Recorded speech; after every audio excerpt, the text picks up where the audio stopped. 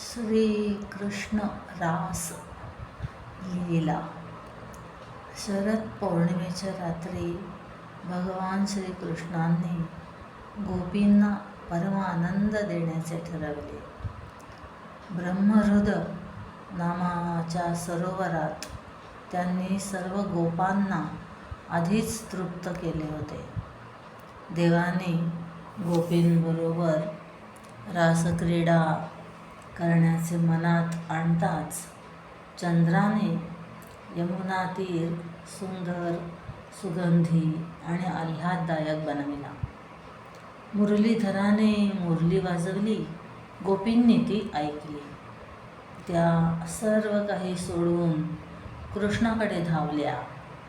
त्या गाऊ लागल्या, देवा देवा देवा देवा,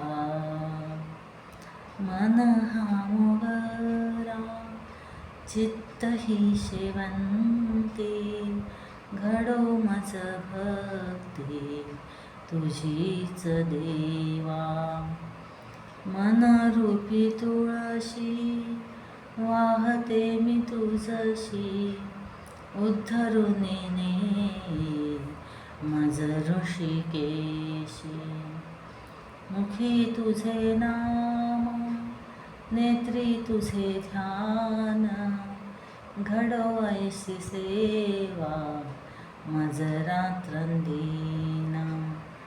तुझे नाम स्मरण तेची गंगा स्नान, लाभो मज देवा तुझे छत्र महान. तुझा सतसंग मजशी घडावा, या विना अन्य काही नको देवा, काही नको देवा.